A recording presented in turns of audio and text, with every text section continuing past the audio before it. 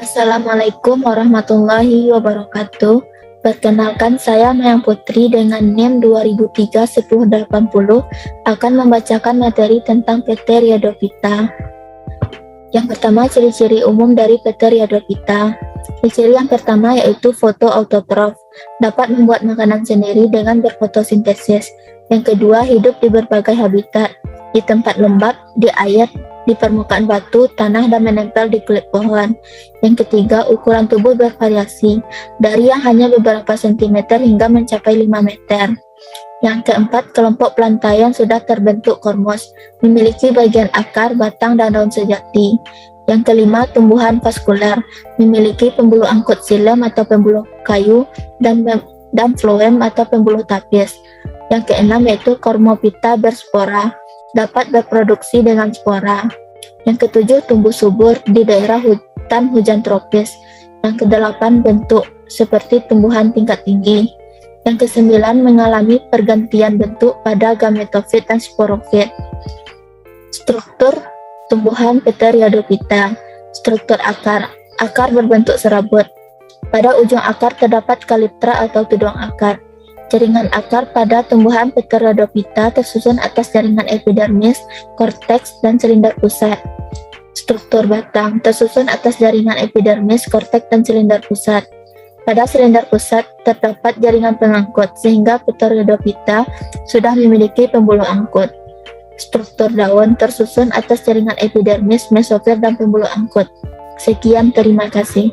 Baiklah, saya akan melanjutkan pembacaan materi tentang Pteridophyta, yaitu mengenai reproduksi dari Pteridophyta. Pteridophyta sendiri berkembang biak secara aseksual dan seksual. Reproduksi tumbuhan Pteridophyta ini menunjukkan adanya pergiliran antara generasi gametofit dan generasi sporofit. Untuk generasi gametofit dihasilkan oleh reproduksi aseksual dengan spora. Spora dihasilkan oleh pembelahan sel induk spora yang terjadi dalam sporanagium.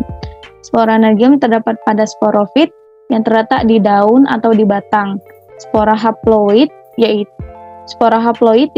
sedangkan sporofitnya adalah generasi diploid yaitu tumbuhan Pteridophyta itu sendiri.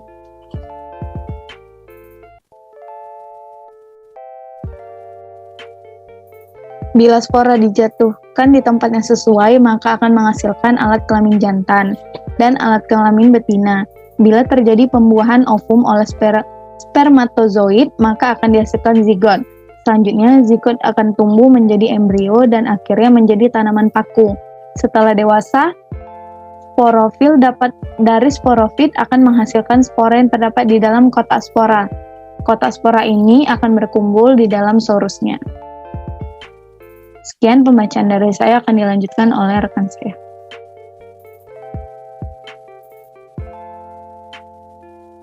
Baiklah, saya akan menjelaskan materi tentang ekologi tumbuhan Pteridophyta.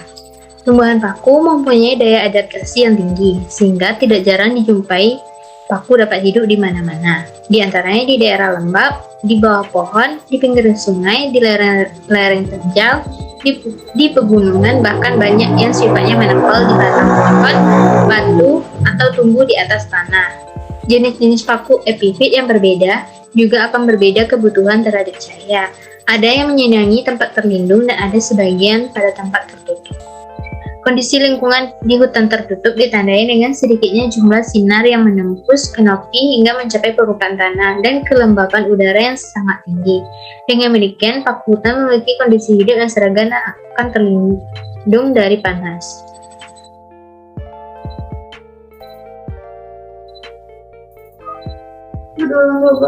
Paku yang menyenangi sinar matahari atau sunfar, selain ada yang berbentuk belukar dan ada juga yang memanjat.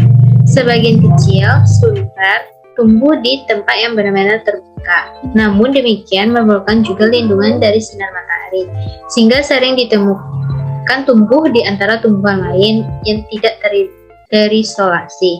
Paku yang berbentuk belukar membuat sendiri naungannya dengan cara membuat rimbun yang terdiri dari daun-daunan. Selanjutnya itu klasifikasi tumbuhan Pteridophyta. Berdasarkan jenis spora yang dihasilkan, tumbuhan paku dibagikan menjadi 3, yaitu yang pertama itu paku homospora.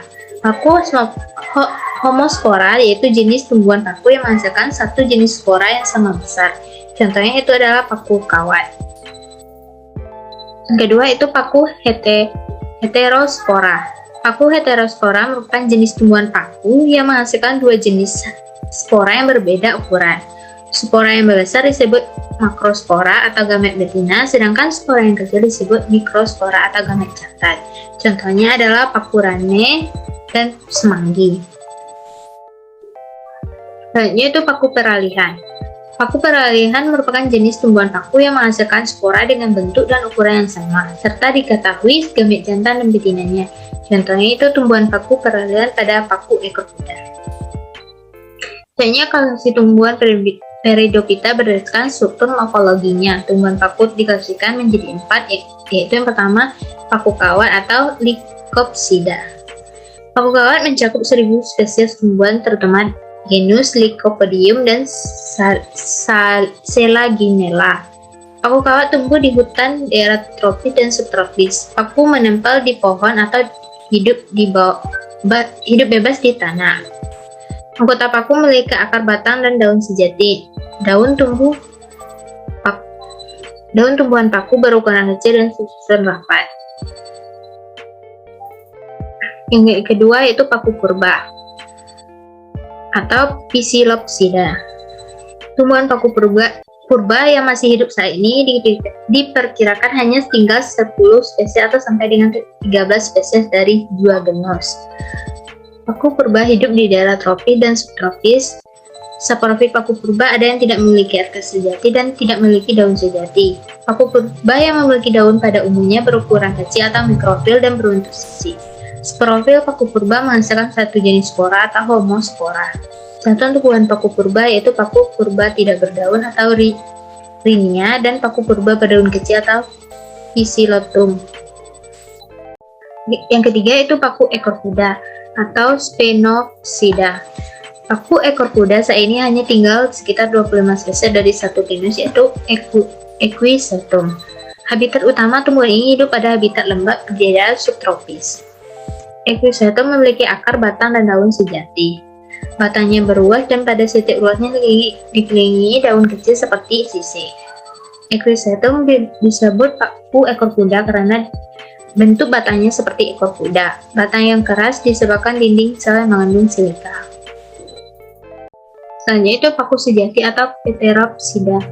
Tumbuhan paku sejati telah dapat dibedakan akar, batang, dan daunnya. Spora dihasilkan pada sporofil terutama di bawah daunnya. Daun mudanya menggulung atau circinatus.